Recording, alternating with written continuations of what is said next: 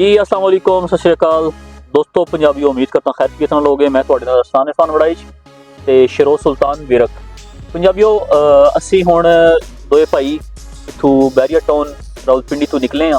ਤੇ ਜਾ ਰਹੇ ਆ ਰਾਵਲਪਿੰਡੀ ਪ੍ਰੈਸ ਕਲੱਬ ਤੇ ਸਾਡਾ ਰਾਵਲਪਿੰਡੀ ਪ੍ਰੈਸ ਕਲੱਬ ਜਾਣ ਦਾ ਮਕਸਦ ਇਹ ਵੇ ਕਿ ਅੱਜ 14 ਜਨਵਰੀ 2024 इसी डेट साढ़े पंजाब विच एक साढ़े सदियां सालों तो एक त्यौहार मनाया आ जा रहा है जिसनों लोहड़ी के नाम नाल असी मुखातब करते हैं या उसनों लोहड़ी का नाम देंदे हैं।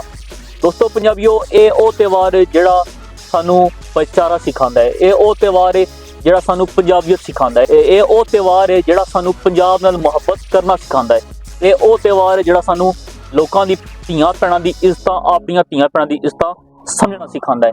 दोस्तों पंजाबियों ते तुहाडे नाल चलदे आं अगे अपनी एक्टिविटीज़ ही दसदे आं साडा जिहड़ा प्रोग्राम है उस दे बारे च गलबात तुहाडे नाल साझी करांगे। उत्थे जिहड़े साडे नाल साडे बजुर्ग साडे भाई साडे नाल पार्टिसिपेट करनगे वो भी तुहाडे नाल सारा कुछ शेयर करांगे। या बहना जी आन बताइए आओ रल में लोहड़ी ले भी मित्रों असी पहुंच गए हैं प्रेस क्लब ते इंशाअल्लाह तुहानू लोहड़ी दा प्रोग्राम बड़े जश्न दे नाल जुड़े रहो साडे चैनल दे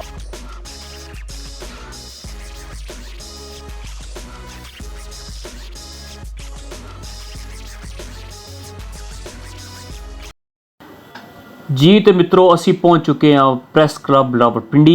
इत्थे साडे नाल साडियां भैणां साडियां मावां साडे भरा साडे बजुर्ग सारे असी मिल के इत्थे लोहड़ी मनावांगे ते जोशो खरोश नाल मनावांगे। ते सानू इस चीज़ की भी खुशी है कि साडियां भैणां ਜਿਹੜੀਆਂ ਅੱਜ ਦੀ ਕੁੜੀਆਂ ਨੇ ਉਹ ਵੀ ਇਸ ਲੋਹੜੀ 'ਚ ਪਾਰਟਿਸਿਪੇਟ ਕਰ ਰਹੀਆਂ ਨੇ। ਹੋਪਫੁਲੀ ਤੁਸੀਂ ਵੀਡੀਓ ਨੂੰ ਇੰਜੋਏ ਕਰੋਗੇ ਤੇ ਚੱਲ ਕੇ ਵੀਡੀਓ ਵੇਖਦੇ ਆ।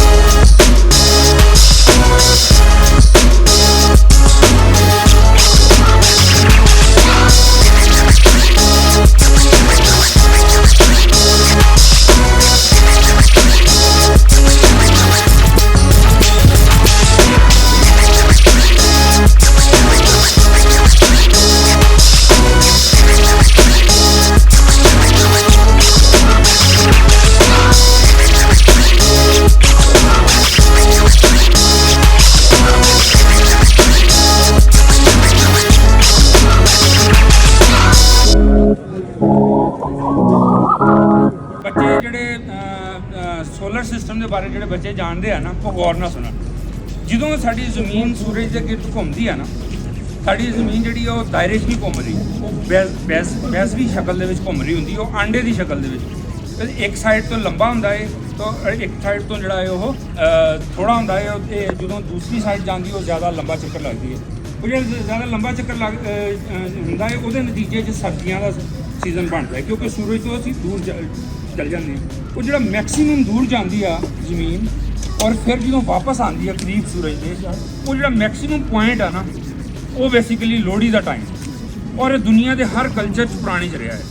ये अहम गल ये है कि साडा पंजाब का कल्चर जोड़ा है इन्ना पुराना है मतलब जोड़ा है वो सैचरनेलिया का फैसटिवल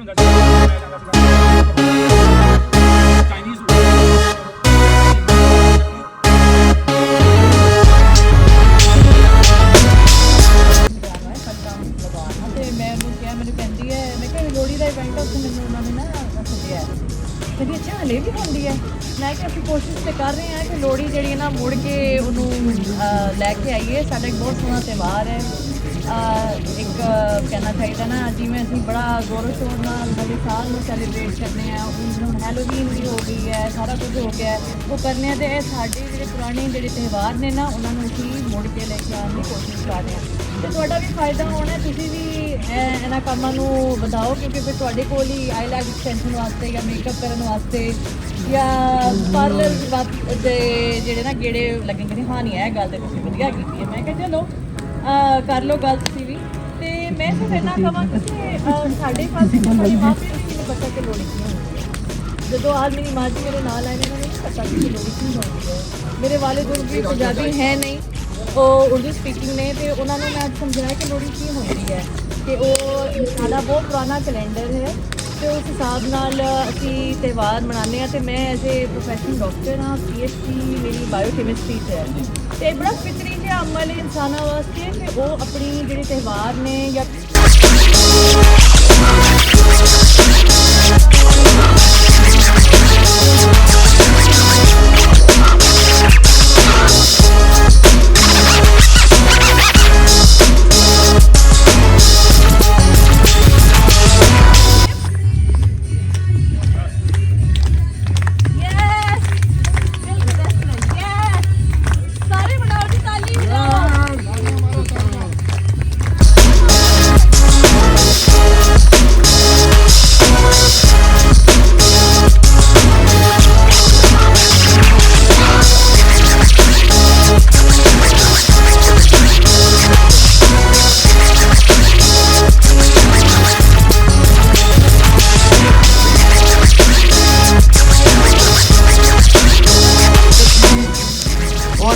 ਲੋਹੜੀ ਦੇ ਜਾਂ ਤਿਉਹਾਰ ਦੇ ਹਵਾਲੇ ਨਾਲ ਸਾਡੇ ਜਿਹੜੇ ਕਾਇਦੀਨ ਬੈਠੇ ਨੇ ਨਾ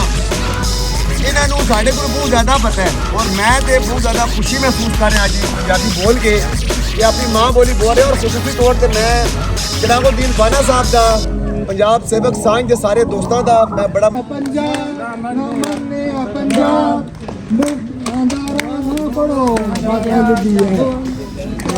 बहुत मेहरबानी दी, बड़ी मेहरबानी।